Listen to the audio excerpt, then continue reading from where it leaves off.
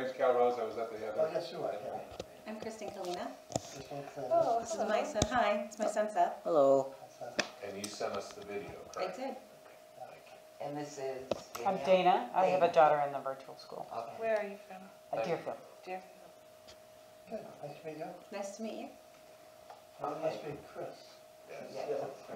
This is the Innovation Subcommittee meeting. And it is March 13th. And it is, I don't know what it is. 604. 6:04.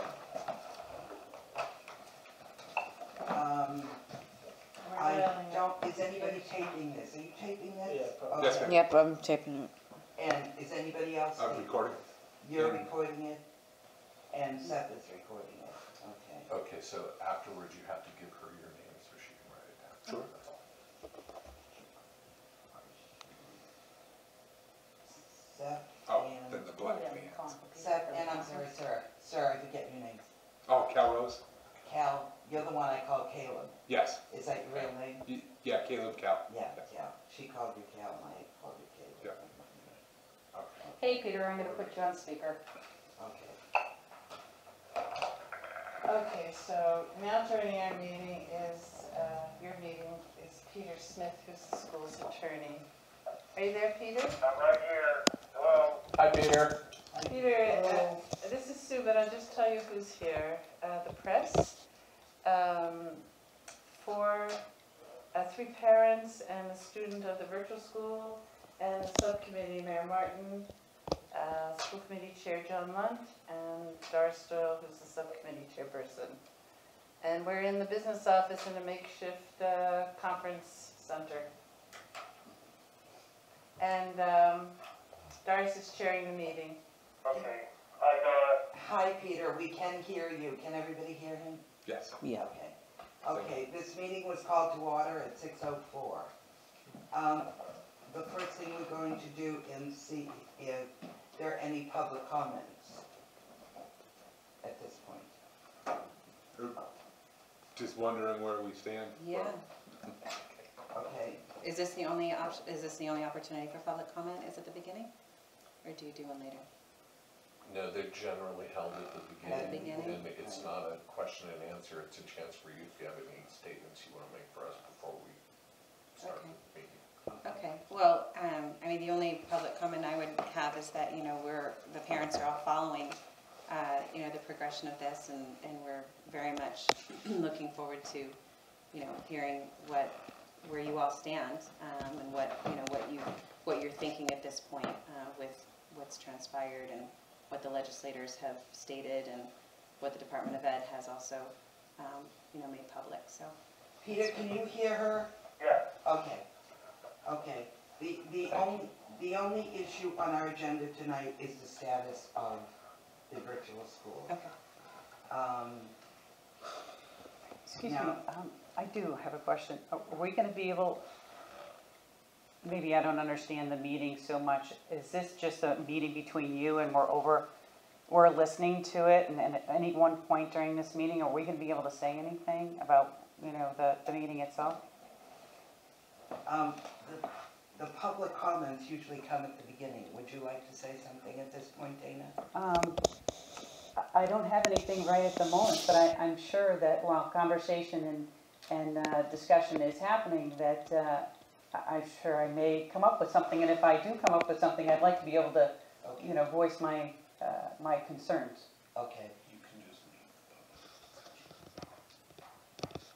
Okay, that's fine. And since this is such a small group and this is just a subcommittee meeting, if we need to have more public comments, we will be able to do that. Thank you. Thank you so much. Thank you. So as I said, the agenda is the status of the virtual school. And I know that I think that we're going to start with John Lund and ask him what are the issues at this point and what are you thinking about them? Thank you very much. I'm going to ask Susan to help me fill in a few gaps because she's talked to some people too. We have, you know, our legislators came to see Paul Mark and Stanley Rosenberg, who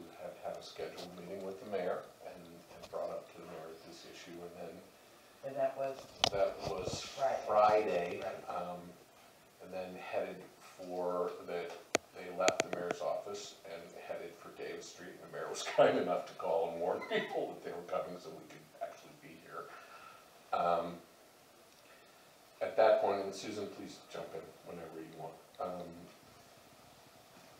They made it clear that for whatever reason, the transition period clause was taken out at the end. We let them know that we thought that was very unfortunate and was sort of the cause of the issue that we have now. And it was surprising to us that that had happened. And their comment was they did not feel that they would be able to address that legislatively, but they would be willing to try and work with DESI to see if they could extend the deadline for us so we could try to figure something out. And that, Susan helped me recall exactly what they said here, that they would work with DESI to see if we could figure out a temporary solution that had to work within the tenets of the law, which they were apparently unable to change. And they didn't offer any specific suggestions at that point, but did tell us that they would be happy to talk with DESI, and we've indicated we wanted to speak with them as well. Susan, I remember Senator Rosenberg saying that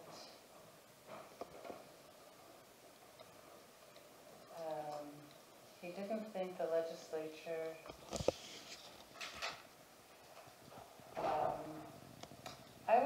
I would first characterize the meeting as like a briefing.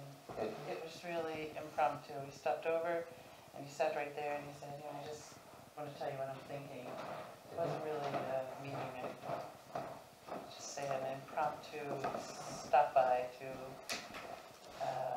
give a briefing. He thought, what he said that I heard is he thought there wouldn't be time for the legislature to take action to change the law before in time. And he gave some suggestions of how he thought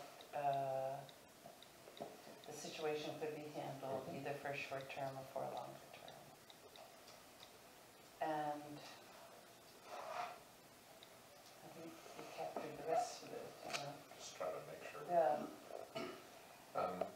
He may have, he didn't clarify when the provision went out, but he said, yes, people had checked, and that there, he talked about how, I think he mentioned how long this law had been coming along. And I may have mentioned the fact that the July 1, 2013 implementation date really didn't give Greenfield time, and somewhere in there was a comment that the law has been coming along for a long time, so that date, if you go back to when the law started, gave lots of time, but when it was passed, it gave very little time. The lag between planning and when they actually passed the law took what had initially been supposedly a lot of time to transition and turned it into not much at all. So I think what he was saying is the law's the law, and here we are, and that's not helpful to go back.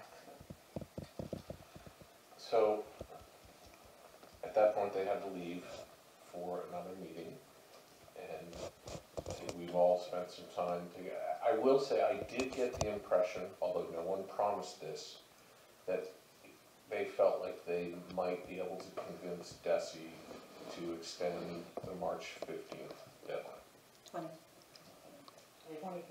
25th deadline, pardon me. And again, I'm not putting words in his mouth, I'm not speaking for him, but that was the impression I got.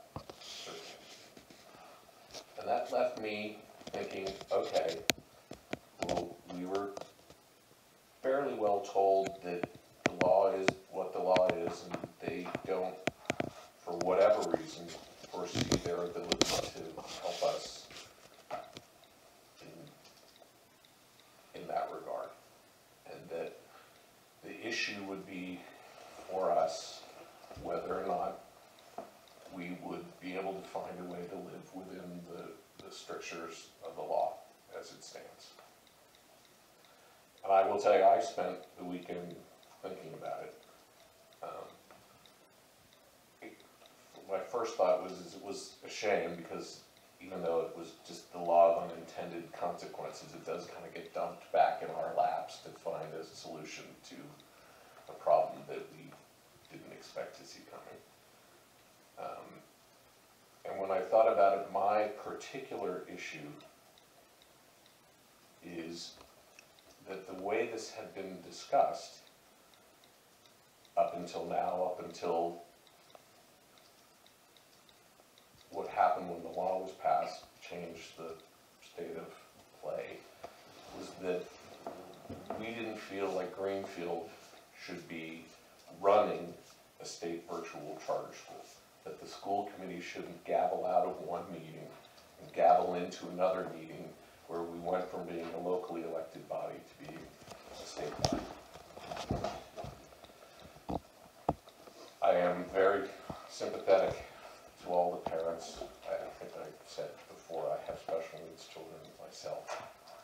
And I've been trying to think of a way, and well, no one has had formal conversations. It's a small town and people run into each other and exchange ideas about things. But my thought is, if we could limit the school committee's involvement to following the letter of the law, to create a separate board that would then be independent of us and would not have school committee members on it, and that board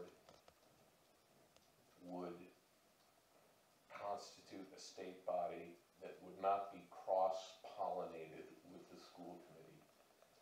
I still find that to be something that I don't think we should be doing, but given the circumstances and given the fact that every one of us wants to find a solution so people don't get kicked out and have nothing, that's something I think I could support. And that when that new board on July 1 took charge of what would be a Commonwealth of Massachusetts virtual school, it would then be independent of the school committee. Whether or not that board chose to try to work with the schools as a separate entity going forward, because we certainly have a lot of expertise. In fact, we're the only people in Massachusetts who have any expertise.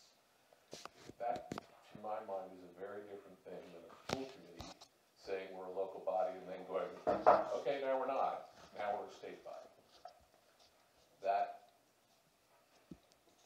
means that we would not be able to control the decisions that are made by that new board, but I'm okay with that.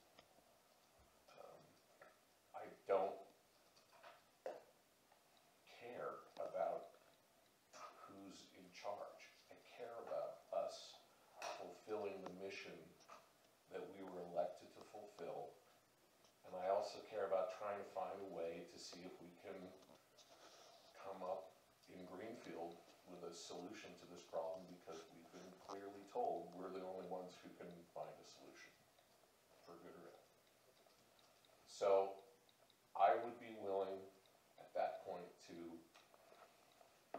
bring to the school committee a motion that says, if we, first of all, let me step back and say, if we can find a group, which isn't a done deal, but I don't think it's impossible either, especially if we have some more time to work in the state.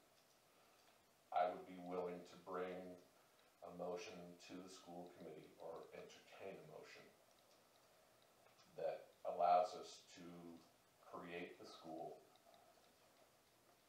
and then essentially, as a school committee, have nothing further to do with it. And then at that point, that newly constituted body, which wouldn't have any authority before July 1, but if everyone knew this was going to happen, and obviously we would have to coordinate with DESI, I think this transition could be fairly seamless. And then that body would have the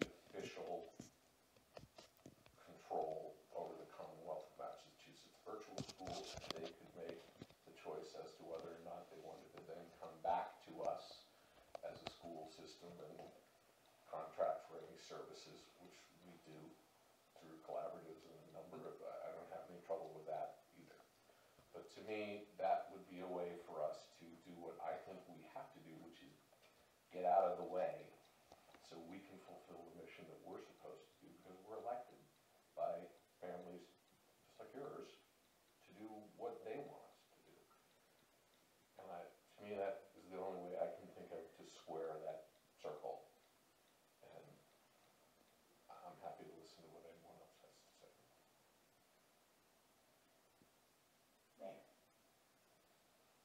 Just here to listen. John is so well spoken and so precise and concise in his thoughts, observations.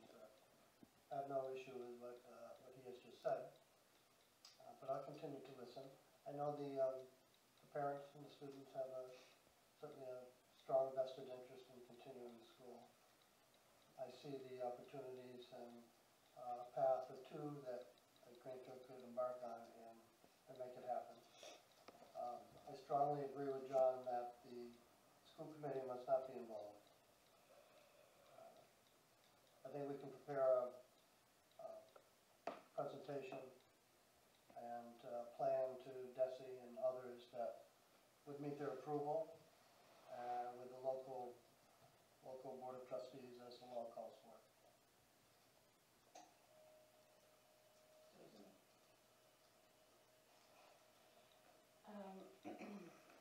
Well, I just want to clarify that, see if I'm accurate, this subcommittee is going to report back to the larger committee recommendation, right? So we have an audience, but generally you're talking among yourselves about what you're thinking, so I'm just trying to kind of tell you what I think. What do I think? And what's happened since the last time we met at the meeting with the legislators. I've had discussion with our attorneys on the phone. I think there's some legal issues that are important. Peter, are you still listening? Sure am. I think there's some legal issues that the committee needs to think over in organizing its recommendation. Right, Peter? I believe so. And I want to just continue a little bit. Internally, for my part, administratively, whatever you decide to do, I think there are, if you're going to have a plan to go forward, I think it's a little harder from my purview to just say, okay, on this date, everything that's in place sort of ends, and everything new begins with another governing board, because there are policies and guidelines, and I think there's a protective nature to transition. You know, if a bank is changing hands or school is changing hands, there has to be some legacy of information that goes from place to place to protect the programs and the parents. And so I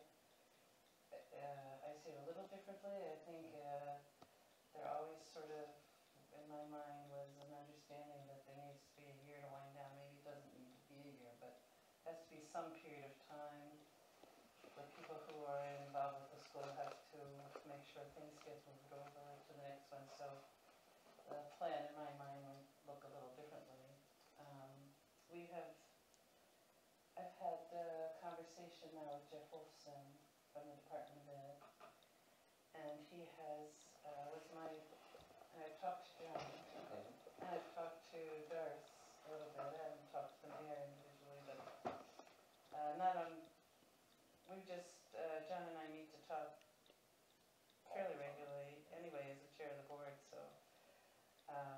You can join us at Denny's for breakfast. That's generally And what we we do. try to meet once in a while, before the day starts, but Jeff Wolfson said he would come out to speak with the committee, and I told him the subcommittee advises the committee. There were a lot of questions of this committee. So Doris posted another meeting for tomorrow night, same time. Jeff can't drive here, but he could talk to you on the phone to answer any questions you have in order presentation at the meeting, and he said he could come if he thought that Greenfield might be flexing its position a little bit. He could come to the school committee meeting, and John directed me to ask him to come to the school committee, and I have contacted him and said, yes, please come to the school committee. So we have that in place, which can be undone, but that's in place. And what I find interesting is that everyone thinks that only somebody else can solve the problem.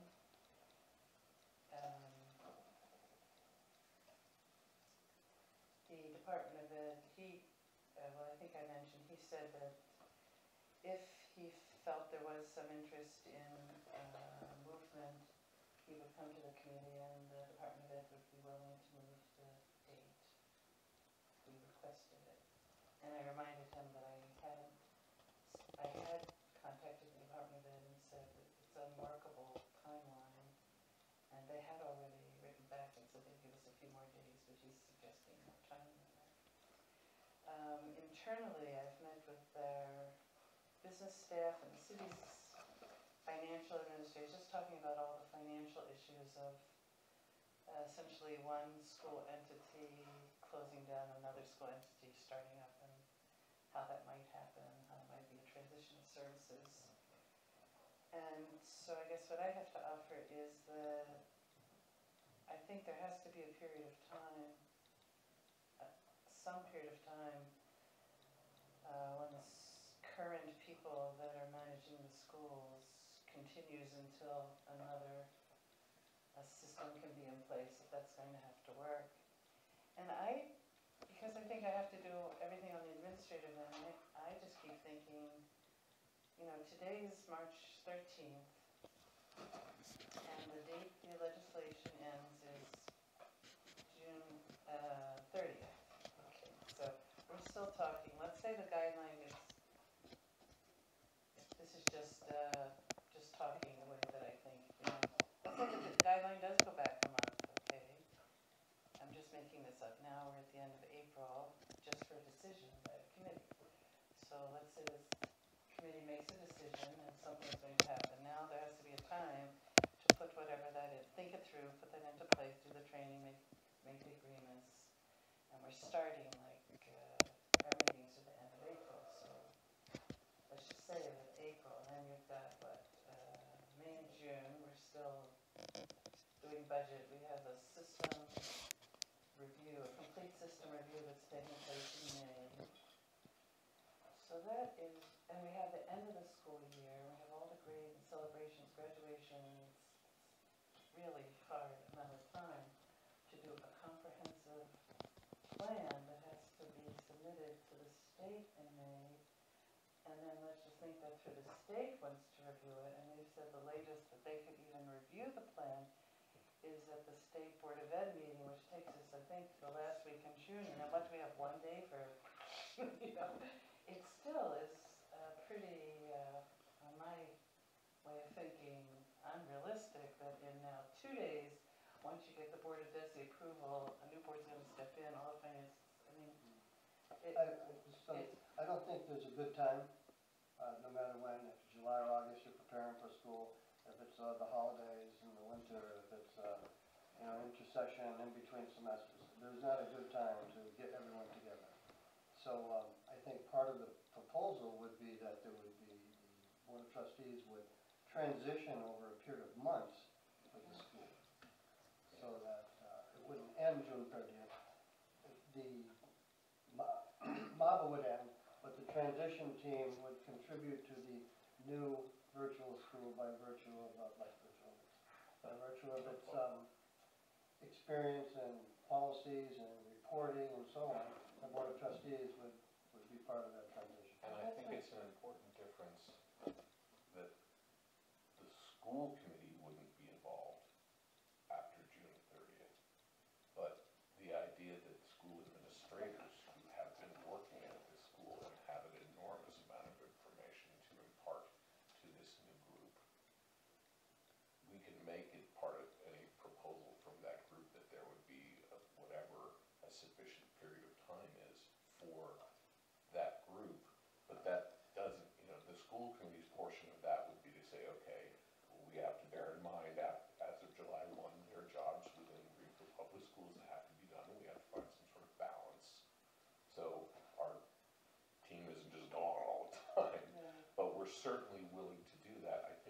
important that everybody understand what I'm talking about is the school committee as an official organizing body not being part of that picture. And the new group, as can be defined in an RFP, would work with school administrators for some transitionary period. You know, that would be up to them. It certainly would make no sense for there not to be transitionary period, and it might even make sense for the school administration to provide services on an ongoing basis. That's different than the school committee running a state school. Yeah, I was just trying to So- give a picture of how this all falls into the calendar, Sure. no matter what we're talking about. When we opened the schools, I think you'll remember we had a plan to open it in 2009-10, and we were waiting for approval and something in a guideline and rules. And it ended up that when we finally, someone said, okay, I think it was 8 days, we hadn't been able to advertise at all, we hadn't been able to tell anyone the school's going to open. We had 8 days to advertise the school, figure out how it gets staff, hires, we couldn't do anything. And it was extremely chaotic. So all I'm trying to say is the way that I keep seeing how this is going to work, if something were to move along, at the end of June, we're going to get a statement about going forward or not, and that's going to leave the people that have to do the work 8 days, or 4 days, or 2 days. So I have to start thinking about that now in case something happens. It's a really busy time. It assumes everyone is right here and no one leaves for a second. It's just something to think about in the plan. There's got to be some time to transition. Okay, I have a couple of things that I wanted to say.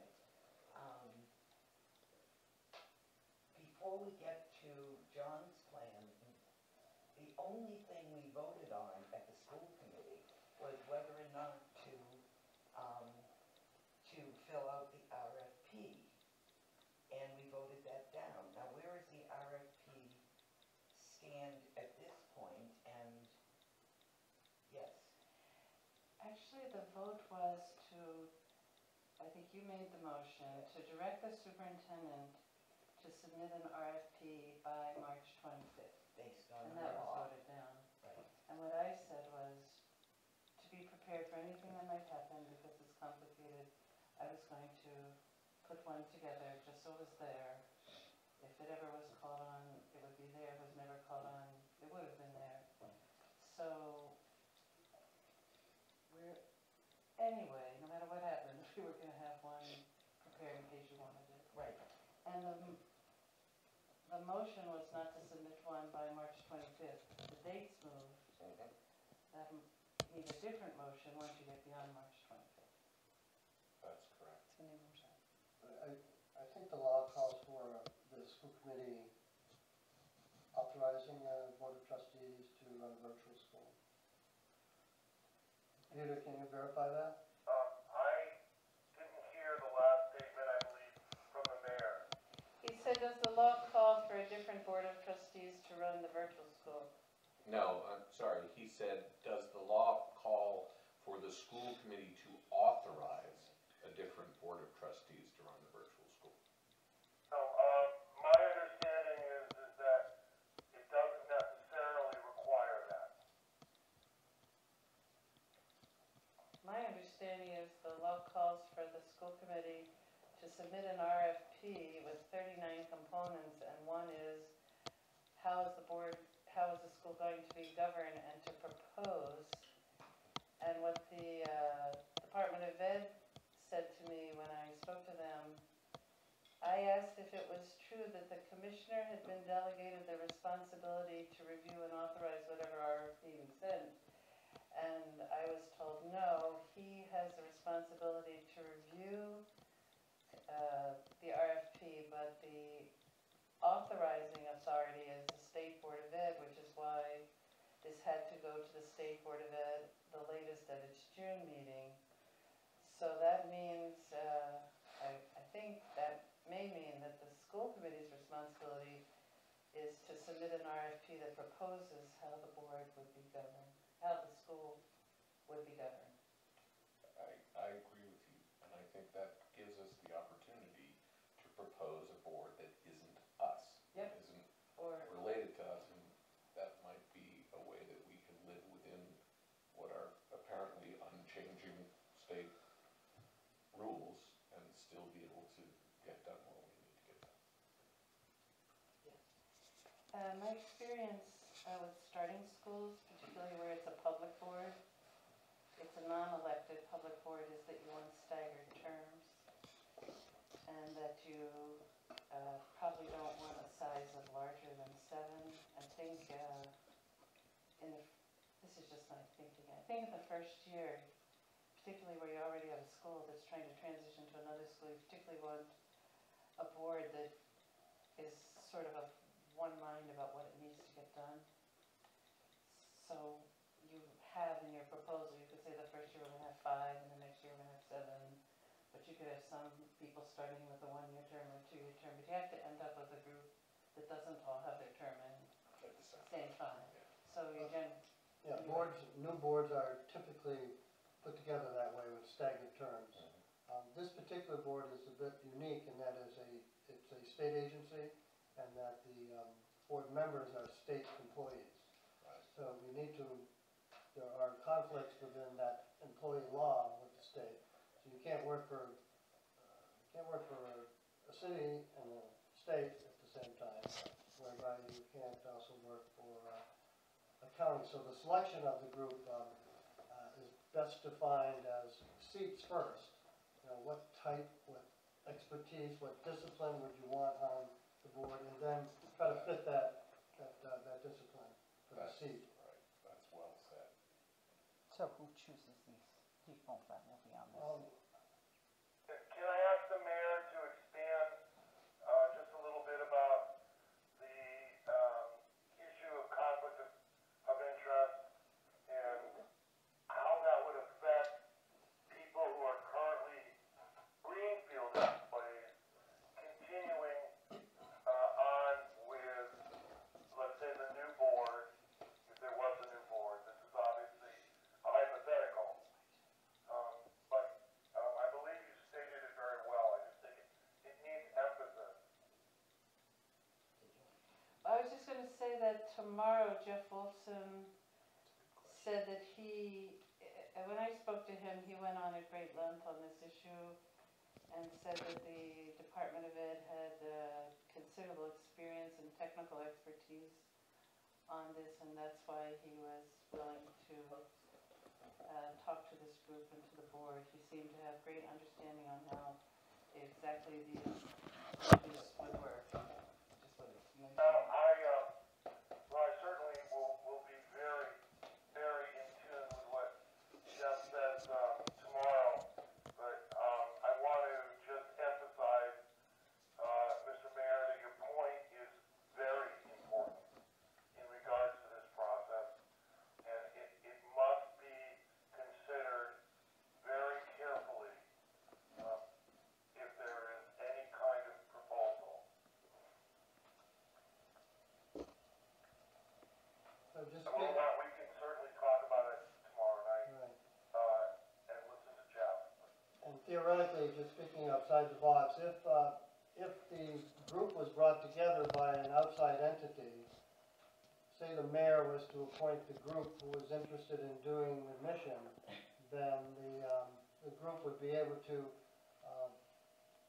parlay that association with the school and the state. And it would be beneficial if DESE would have one of their technical experts on the board for the transition year. It might be beneficial for their experience too, since they have limited experience in virtual schools.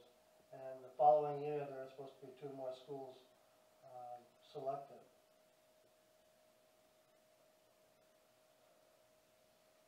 Anybody else want to comment on? Yes, John. I think at this point, I would like to suggest that it would be a good idea to formally ask Jeff for an extension of time.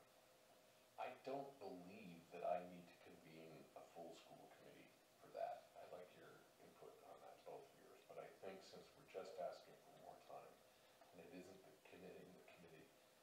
course of action, I think I could just go ahead and ask him, but I want to hear what you guys think about that. Doris, what do you think?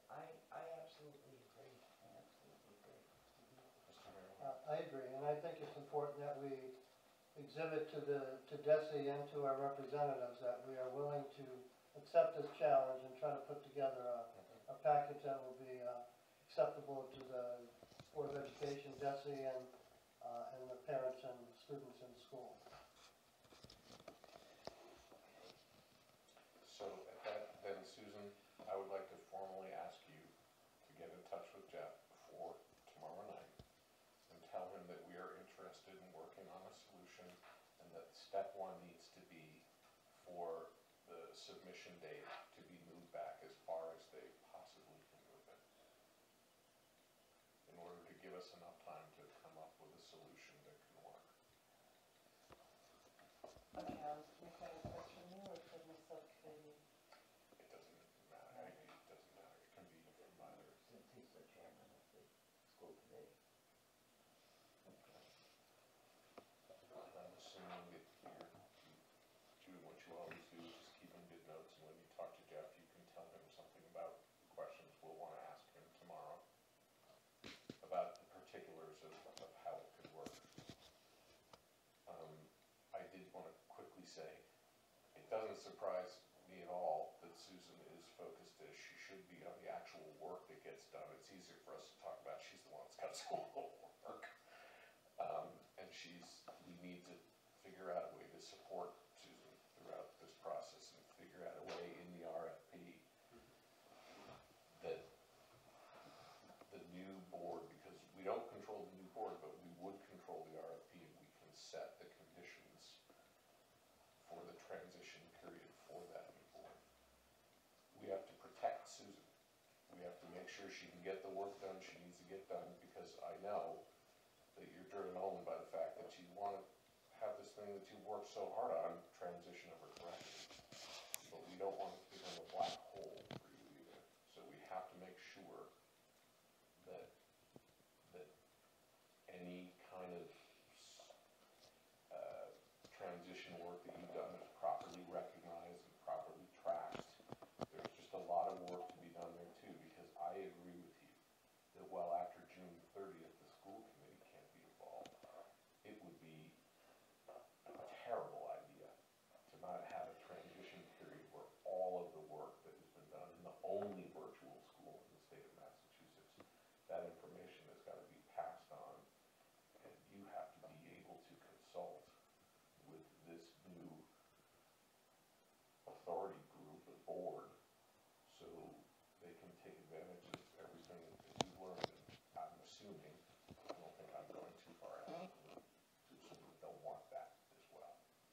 So I just want to mention the point that in any RFP, we have to think about giving Susan the room she needs to get done what she needs to get done, but we also have to protect her, and we have to protect Liz, and sorry, this part isn't perfect, we have to protect the district, because that's our job, is to make sure that the Greenfield Public School District has the resources it needs to get its job done. I'm sure we can, but I don't see that as an easy thing. I see a lot of discussion to hammer out. Well, there's going to have to be some new administrators coming in somewhere. And having had some experience bringing the administrators into the virtual school, really people come in, they don't know what they're doing. Right. And you have to really go around the track once with all the requirements, the testing that comes in the spring, and the data reports, and the confirmation of free and reduced lunch. I mean, with the technical issues of training, and it's a lot. It took us, we're all pretty experienced folks. It took us 2 years doing it to actually understand what needed to be done. So there'll have to be new people brought in, a period of time of training, and the type of people, and the decision will be whether to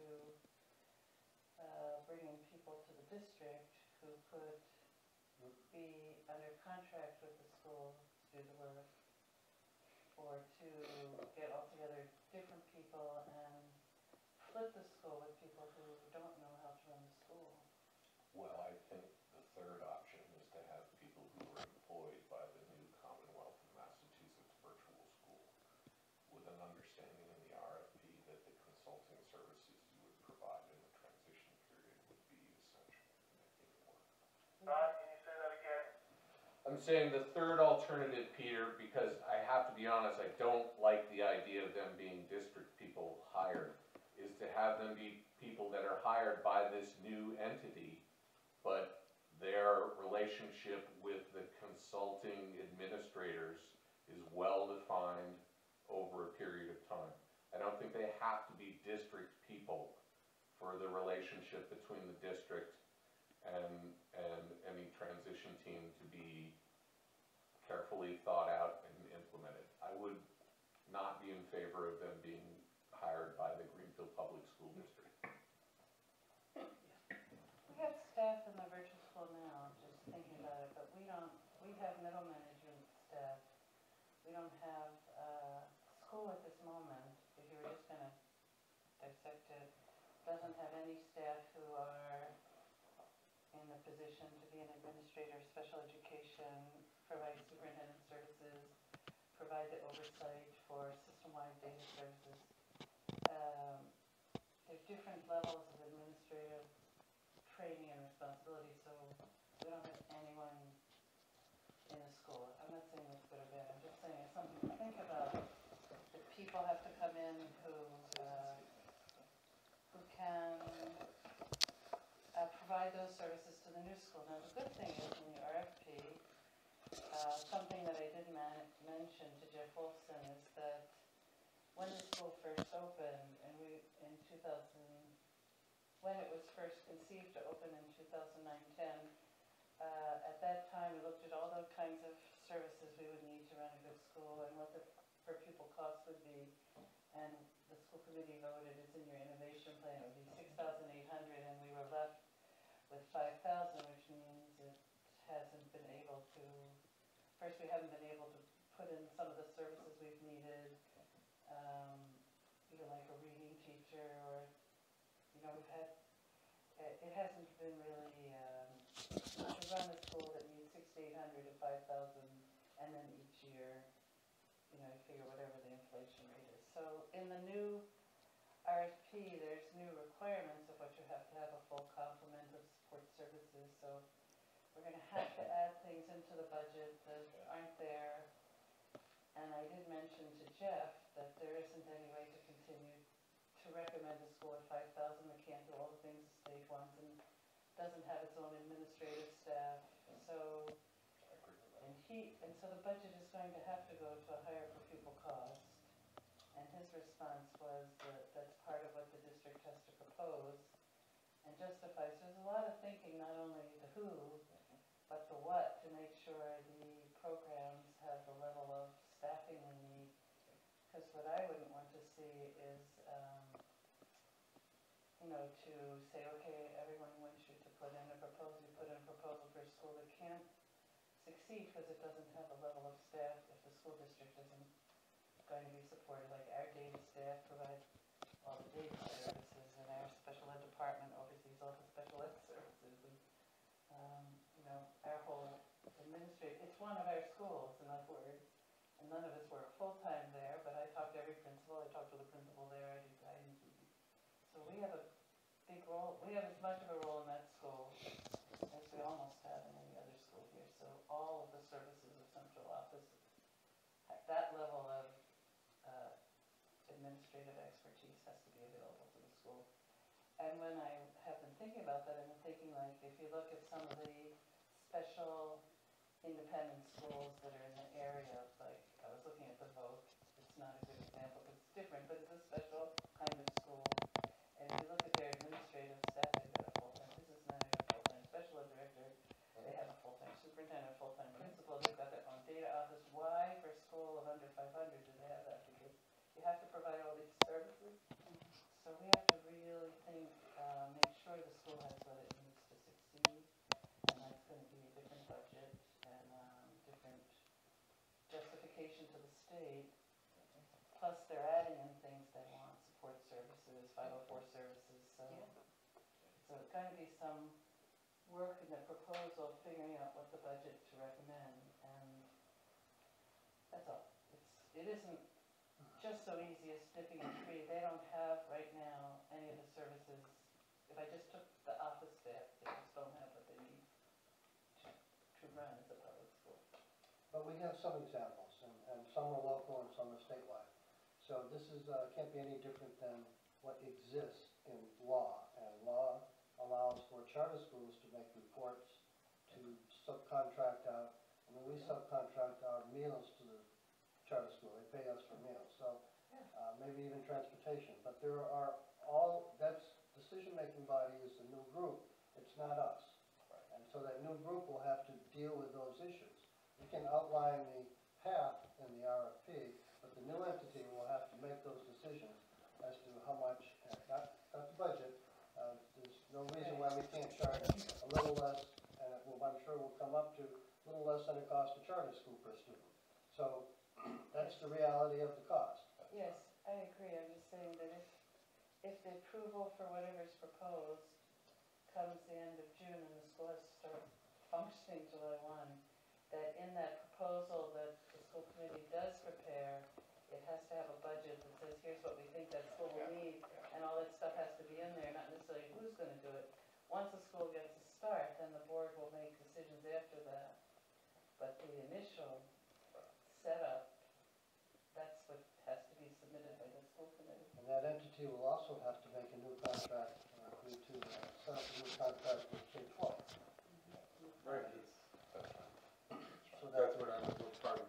So this are things that we need to talk with Jeff about, because what we do need is, while they may not be able to address the law itself, they can make commitments to us to help us during this period with an understanding of how the RFP will work, how that initial start state is set, and then how the new board, which I agree has to be independent, can take over from there. So, go ahead, sorry. I just want you people and all the parents to know that we are working extremely hard to keep this school open. Maybe it'll be a different school, but we know what your needs are. We're very thoughtful about them. We know, we've heard from you people. We know what your children, how much they're enjoying and what they're doing. And as you can see, we are working very, very hard to keep this on a continuum as best we can, and I just wanted you to know that. Thank you. I can see, thank you. Can I just, how much, Wait a minute. Dana had a question first. Could you answer it? Well, I'll let you go first. I'm just wondering how much expertise is K-12 still gonna be a part of this? How much expertise can they give as far as tracks already been run on? Because I'm sure there's other states that have schools that are up and going. You know, as far as virtual schools, I don't know how Massachusetts, if it mixes with other schools, but that's just a question. Well, actually, we have developed a fairly close working relationship with K-12. From what I understand, I'm not a spokesperson for them, I don't really know everything they do, but from what I understand, many of the schools that they're involved with, they manage. But this guideline doesn't allow a private company to submit a proposal. This has to be a public school that has to have a governing board that's a public board. So, you know, every state has its own guidelines, and this state has just put out its first guideline. So it looks to me that what I think, having done this for 3 years, is that I would be surprised if a school district wants to develop all of its own text, develop all of its own courses, develop all of its own platform, develop its own assessment. And so my guess is that most of the schools are going to contract with somebody who provides it, just like we buy our textbooks from people. I don't know that because I don't know of anybody, I don't know what anyone's going to do. It just seems logical to me that schools will, this school or any school will go to someone that's got all of this developed and check out who's going to work with them. So our school is all set up and functioning around logical to me, if we have to go from the last week in June to the first week of July and continue, that's a logical path. Because all of our policies have been worked out around them in the future. With the new board, they would be able to do what this committee would be able to pick the provider they want. Right. But I don't see how any of that, it took us a year and a half to work out an arrangement with this one company, and you certainly can't do that in a week. There's just no way. Well, So, I think, I'm sorry. no, but- Clearly, that board will have to be able to at least speak on an informational basis to the people it's going to work with before the July 1st date. Right. And there are plenty of cases and plenty of precedents for agreements in principle to be put in place that go live on specific dates. We have to talk with Jeff about how that will work and what sort of authority is invested in who, where. I think we all know that the fact that for whatever reason the timeline is so short means it will not be as clean and well thought out as it would if we'd had the year we had thought we would have to do this. So, just if I can finish. Sure. I think we need to remember that the law doesn't care about our logistical problems. It ends when it ends, and any work that we do has to take that in mind, and if we have to work with DESI to forge some understandings about when people can begin discussions, and we're not going to wait until the last week of June to begin talking to anybody. That would be impossible. So one of the things we have to do is talk to Jeff about how the RFP can be crafted in a way that people can begin to do work without waiting, on the understanding that we're all trying to head for the same place and have agreements and understandings that can be active once the new law kicks in. Because it will, whether we want it to or not, so. Do you understand what I'm saying, Peter? I'm gonna need a better summary from you, John. Oops, I'm sorry. You hang up? Did you hang up? Oh, now you did. We'll call him back. I was trying to get the speaker. Just hit redial. Willing to work with the committee, and I believe that if you determine that you're going to go forward on an RFP that delineates this structure, that he would be a critical, I guess that's, for lack of a better word, advisor or partner. He's that good, and you brought up a really important point again, John. All this work could be done, and then at the end of June, the Board of Education say no. You obviously don't know what the board will say, but that's why I think it's very important to work in tandem with Jeff. So and Peter, that's a very good point. I'm picking up from you. If we were to present the board in person to the Board of Education, the local trustees, to the Board of Education as part of the transition plan the day they vote, and there was also an agreement to extend or create a new contract with K-12 as the facilitator and partner, then I think we would enhance our chances of a positive vote that day. Exactly.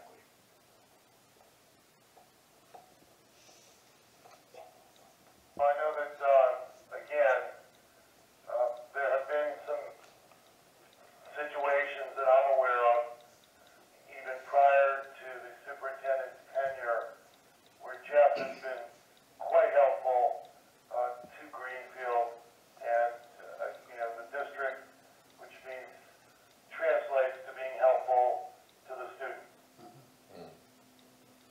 I've spoken with K-12, a representative of K-12, and they're willing to come to Greenfield and set up an office and to make this their headquarters and hire from local reservoir of talent in excess of 36 people.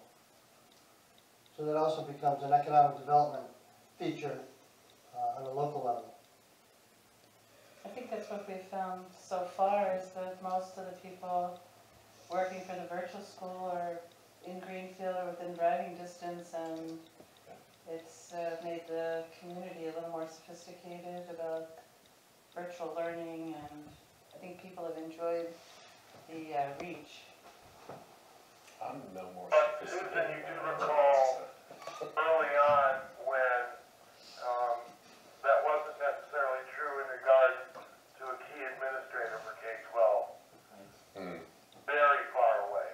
true. And whose presence in Greenfield was sporadic.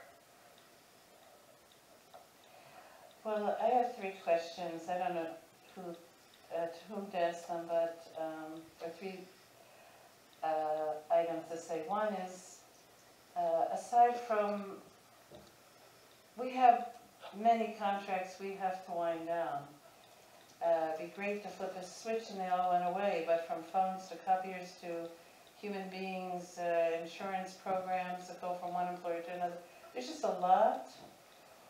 We have to keep doing, even if the school technically ends, we have to keep operating. We have a lot of contractual issues. We have to still keep operating because we have obligations to the students and grading and MCAS scores, closing the office, transferring files, IEP meetings. There's just a lot we have to keep doing, which is why it's never been thought, if you find out on June 30th you're going to end, that the next one starts July 1st. I just wanted to say there's 3 or 4 months of work, whether we continue or we don't, to transfer or close out work. And the second thing I wanted to say is the new entity that comes in has to start day 1 with liability insurance. I don't know how that works, because they have to have full board coverage, so they have to, I've set up a few new schools, so if it doesn't happen in 24 hours, even if you're planning, there's just a period of time you have to hear back, you have to submit, so there's still, however I look at it, 2 or 3 months in there where we still have to be doing things, and for students and families, and the new board's got to ramp up to get insurance, get in place, get sworn in. We've got people that are, there's just a lot in the middle. So there's 2 other points I want to make or ask. One is,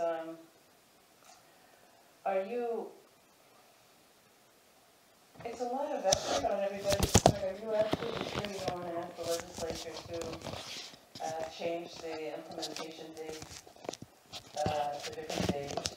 Not the whole law, but just the part where the school committee can't have one word. I'm not asking you to answer, I'm just saying. People said it's really hard to do, but it isn't. Maybe it isn't. I think a lot of times people put some little corrective thing on the back of the governor's budget bill. I don't know if legislators want to do that, but that's one thing. And second is, Greenfield has been picked to have this huge district review in May. This is huge. If I could show you, every person, every employee, it's just a huge, I'm having to put on extra people just to help with that. I don't think that I can do this, and I can do that, so maybe can we ask Desi, it's completely subjective, you are going to have this on this date, and I pleaded with them, because we were switching over special ed administrators, we can only do so much. There's no reason, except their desire, to move that over to next fall. So could we add this to the mix, that if we're going to have to do all of this work, that they move it's just when they're going to put a team together to come visit Greenfield. But the preparation for this is extensive. And I can show you what it is, but it would be very nice to ask them to put that to the fall. It's just one office in the Department of Ed. I think that's an excellent idea. Because I have to say, we have heard publicly from Senator Rosenberg that it is impossible to change the law. And our opinions on that don't matter. I think they are being as clear with us as they can. I think that the logistics of it, to be blunt, they probably don't understand as fully, and I don't think that's what drives them. I think their response would be, you have to get it done. So I think we would be better spent on doing things like asking them to put off the review, which is very smart, Susan. I think that's a great idea. Because I don't think there's a lot of built-in flexibility, and I would suggest that we ought to accept the situation as it is and really spend our time and energy working on. It would be beneficial if you brought that information to the school committee. So this is beyond the normal operations of a daily routine. If you're going to have a major audit, then the school committee should know and know exactly what communications took place prior to, how it fits into the regular 2, 3, 4 year cycle, however they're doing their reaccreditation or review, so that the school committee is aware of what's going on too. And then at that time, the school committee can vote to make that part of the request. Yes, this is a normal part of operating schools. We do have audits, and then we have program reviews, and then we have accreditations. We have all three. And then we have grant reviews, and so this is something new that came up this year, but we could put together all the things we're being expected to do this year, because they're all on cycles, and this is something new, and see which ones. Most of them can be, it's just a question of DESI scheduling, so most of them can be rearranged. But we can look at the whole, there's financial ones and program ones and title ones and grant ones, and we could ask this new one, which isn't an audit, it's not an accreditation, but it's something. Can I ask Peter a question? Sure. Peter, do you think it would be wise to solicit people for that committee? Well, let's call them the trustees. Solicit people for trustees prior to the school committee discussion and vote, or wait till after?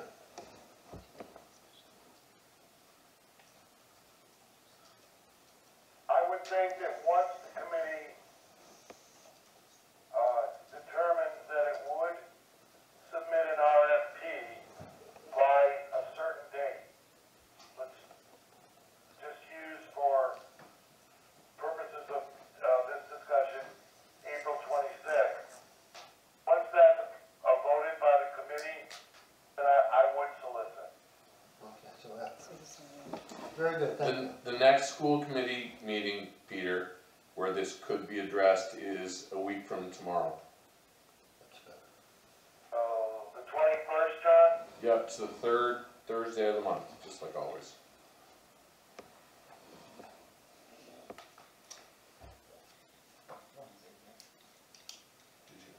Well, I was just going to say, to solicit, that this particular subcommittee has been steering this process right along.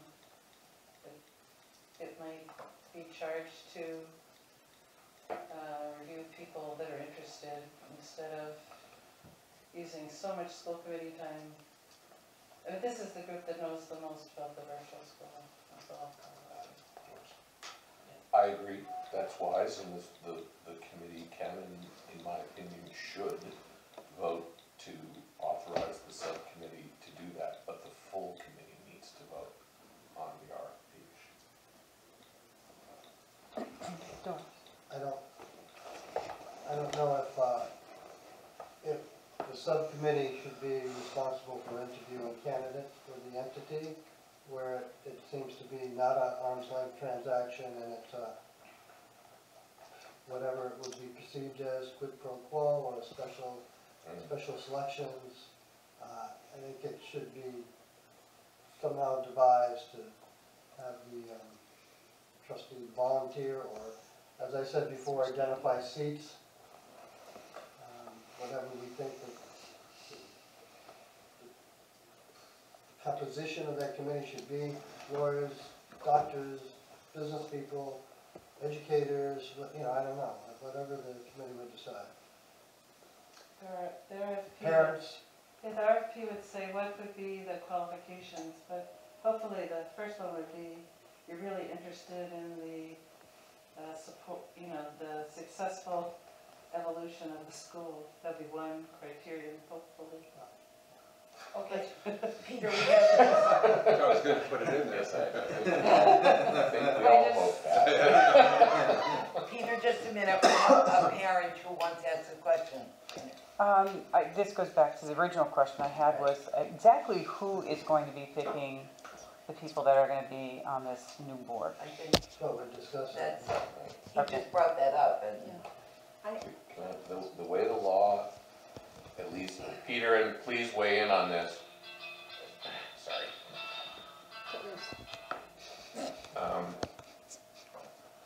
The way the law is written currently, one of the 39 steps involved in submitting an RFP is setting up who the trustees would be.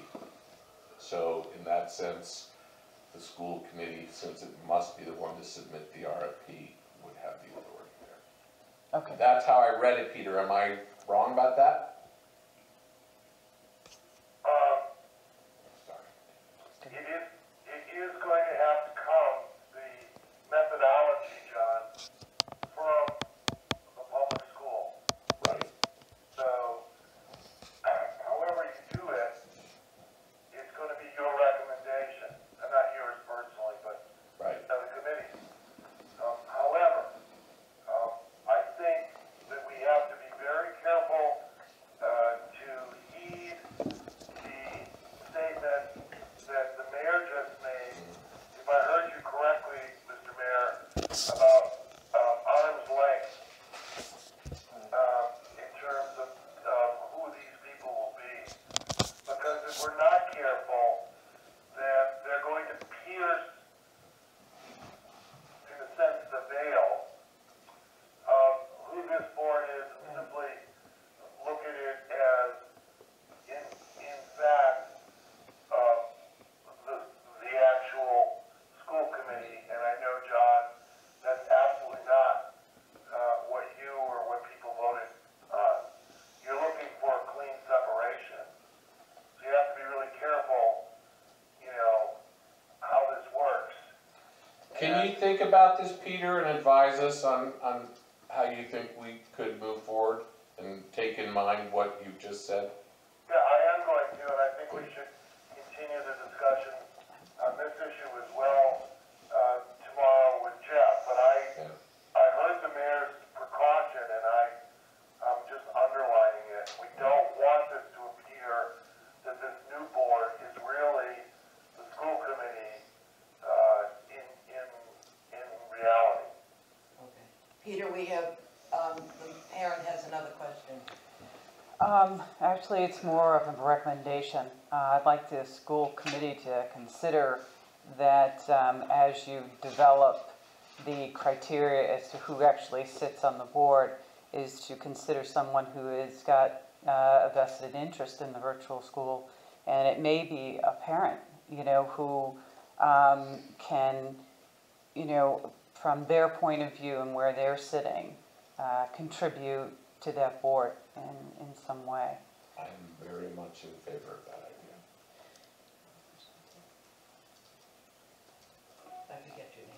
Kristen, Kristen. yeah, I have a question about, and you might not Speak up so we can hear you. You might not be able to answer this yet, but I have a question about, well, right now, special education services are administered at the Greenfield level, but if we have a child who needs direct service, that's provided in our local districts. And I'm not familiar with charter school structures or how that works, but is it the thought that that's how it would continue, or would the services, well, obviously, if you have a direct service, I'm just kind of trying to figure that out, because I'm sure that that'll be a question. That is Madam Chair, could I answer?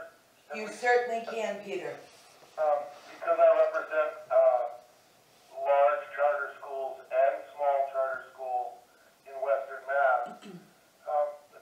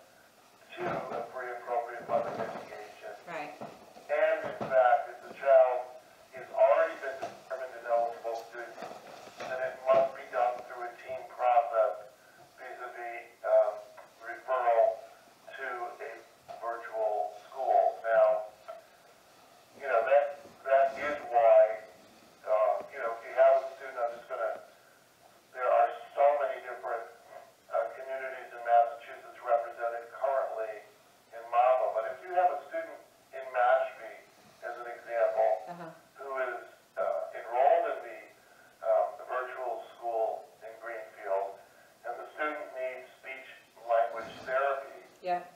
certainly that it's the obligation of Greenfield to ensure that that service is delivered, Okay. but it has to be delivered where the child is in Right. order to be effective. Right. You could never say, okay, why don't you come, Tuesday and Thursday to Greenfield High School, Right. and we'll provide you with 45 minutes of speech and language therapy. Right. So that's, I don't want anyone to feel that they would be giving up that right I think the confusion will be, how do you go from an IEP placement with the Greenfield virtual school to the non-Greenfield virtual school? Jeff Wolfson has a thought about how that transition could take place, and his thought when we talked, because this is one of the legal clarifications that's of great interest to me, who's responsible and who's handling what. He felt there was a way to make it seamless. We have, one of the considerations is our particular school and our particular staff has worked out a relationship with the school districts the students are from, and Right. that doesn't mean the next person that we don't know who it is gonna, it's just a lot of it.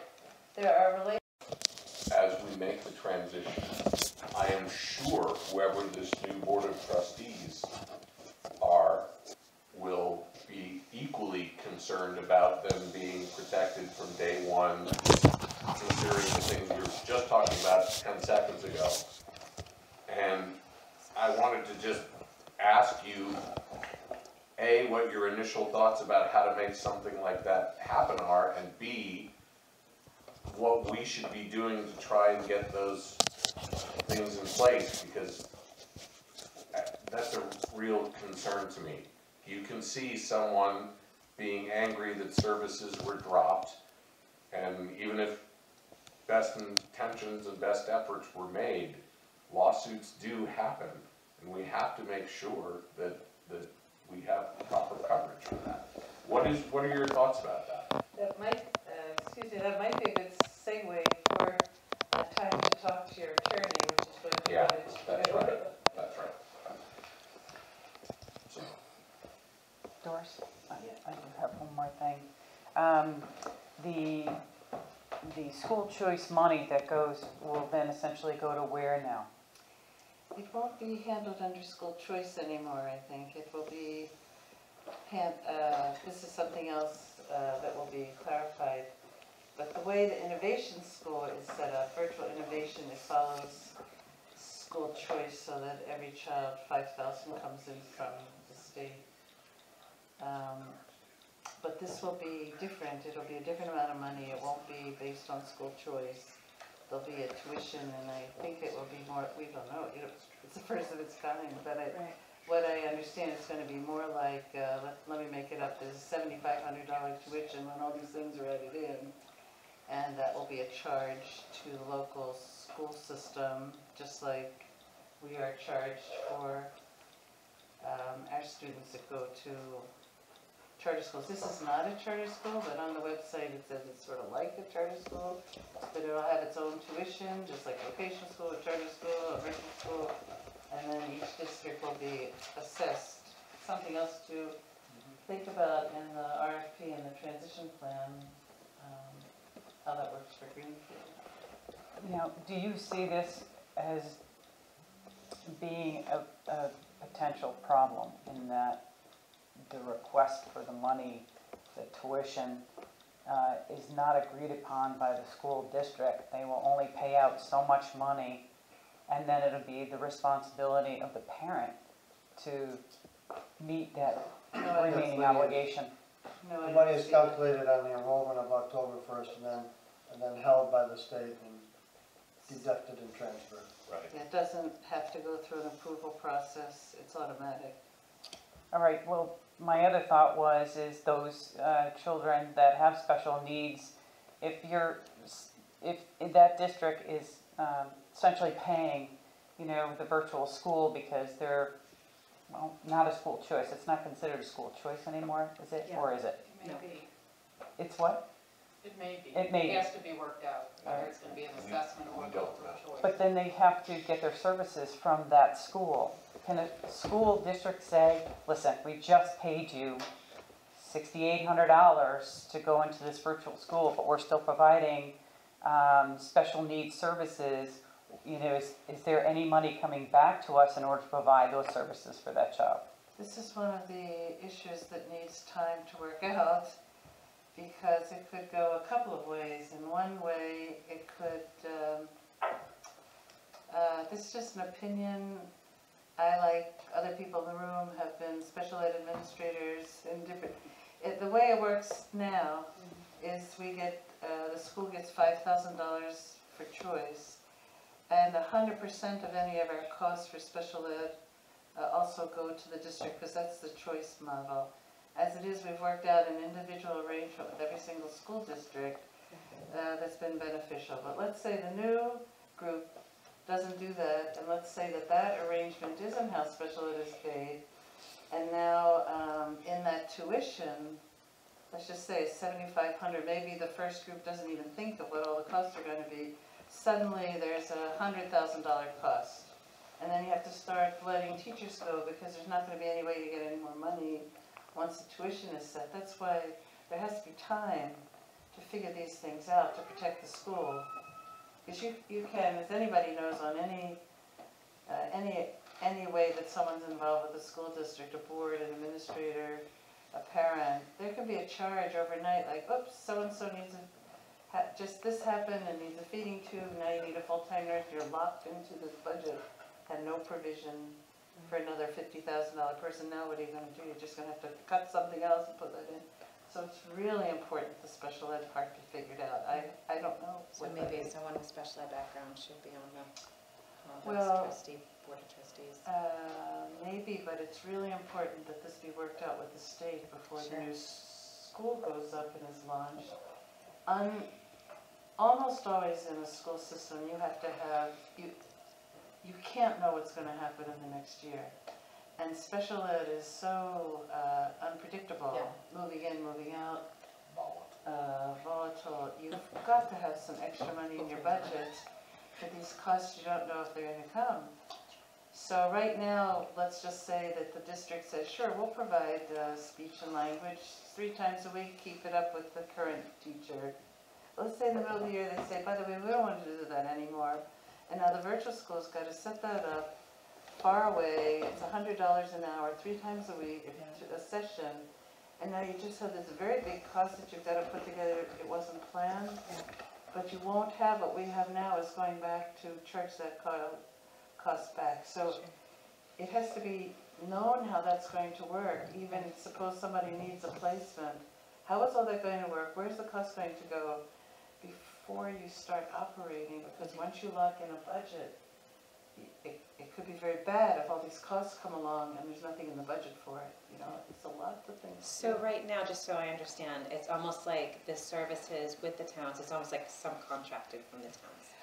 Sort of like it isn't subcontracted. We have an arrangement with each. It's just an It's arrangement. worked out. It's like it's just a That, thing. what we say is, you know, Kristen, Billy's coming to the school. He needs 3 times a week speech therapy. So here's the choice. Either the speech therapist he's working with can continue, or we're going to hire a speech therapist, then we're going to send you the bill. So that's the way it's set up now. Right.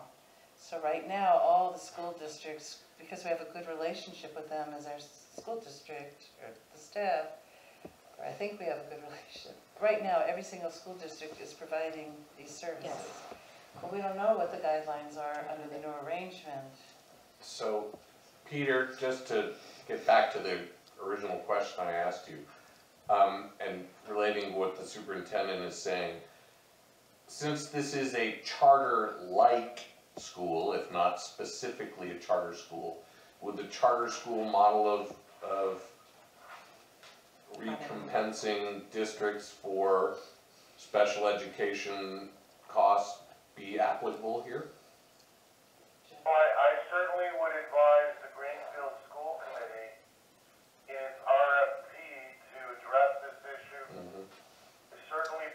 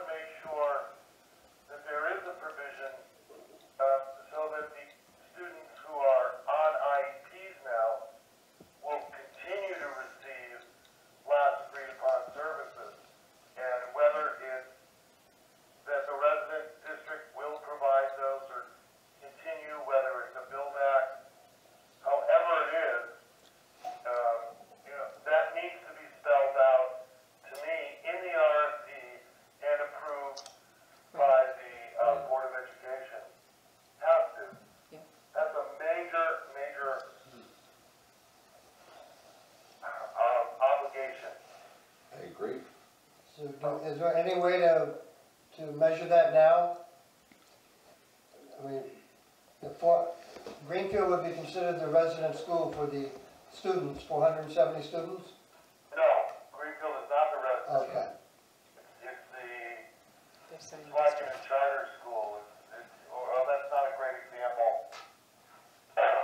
All right, so our services that we've arranged, we would be responsible to continue them? No, No. no, we wouldn't. It would transfer. But we need to make sure, one, that we are not responsible if we're not in existence, and two, that the students are providing for, and that they will continue to receive those services if this new entity, or if this new entity is not approved or doesn't exist, wherever they go. And we won't be responsible necessarily for that, but we certainly have the obligation as part of this process and transition process, in my opinion, to address this issue and be assured that there will be provision for continuation of those services on behalf of these eligible students. We just have to make sure of that. Yes. One of my thoughts when I think about how this is done is, and why it needs time, even though we don't have time, is the responsibility we have to think through all the things that we're going to pass an RFP that sort of outlines the school and a budget to a new group who are going to step up and say, yes, we're committed, we're going to keep the school running. But it's not going to be like the senior administrative team and senior existing school committee. We're going to have to think of everything that if they were an experienced board with experienced administrators for this particular school that's so unique, would be thinking about it, make sure we've thought through all of these things for that group. Or they could be in a position of saying, wait a minute, how come we didn't think about ELL services? Now the responsibility to think through all of these things. It's not be an RFP as a consultant, is that what? Yeah, that's a different issue. That's a possibility? Governance of this separate entity Yeah, and the services it may need to contract out are two very different things. okay, And the timelines for change of governance are not negotiable. right, The timelines for the consulting that would help the new group right, understand what they need to do are a different issue. okay. Okay. At this Thank you. point, we're going into executive session for reasons of discussing contractual issues. So that means everybody that's not on the committee has to leave. Thank you very much. Thank you very much. Thank you. All right.